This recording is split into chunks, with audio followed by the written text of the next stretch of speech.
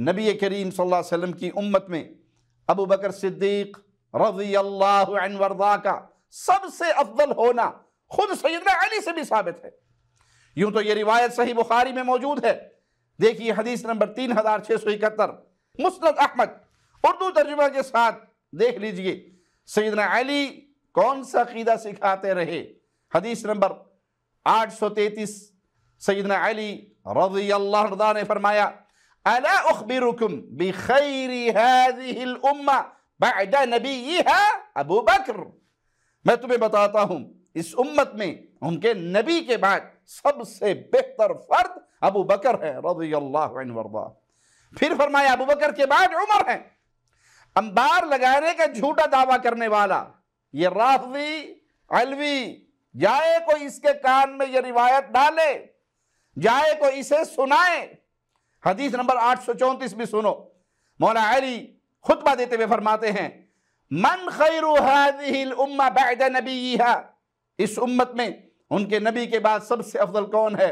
वहब कहते हैं मैंने कहा अंता या अमीरुल मुमिनीन, है अमीरुल मुमिनीन अली, आप सबसे अफजल हैं।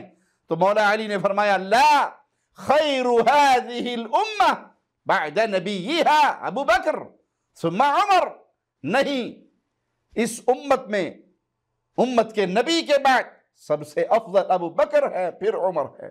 यही बात मुस्नद अहमद की हदीस नंबर 835 में भी देख लें और हदीस नंबर 836 भी देख लें, हदीस नंबर 837 भी देख लें। इनके अलावा भी 10-15 मकामात पर इमाम अहले सुन्नत इमाम अहमद बिन हंबल रहमहुल्लाह ये रिवायत लाए हैं। जब मौला अली ने हमें यह सबक सिखा दिया कि अबू बकर दा पहला नंबर, तो इन मज़ारात पे पड़े हुए भंगियों चरसियों और कवालों की बातें हम क्यों माने? ये कवालों की कवाली है, अली दा पहला नंबर धमाधम मस्कल अंदर। हम कहते हैं नहीं, हमें मौला अली ने सबक सिखाया है, हमें ये दरस सैयदना अली से मिला है। अबू बकर दा पहला नंबर, अबू बकर दा पहला नंबर। आइए आसिफ अलवी राफ़ज़ी की कहानी का एक मज़ीद झूठ आपको सुनाते हैं।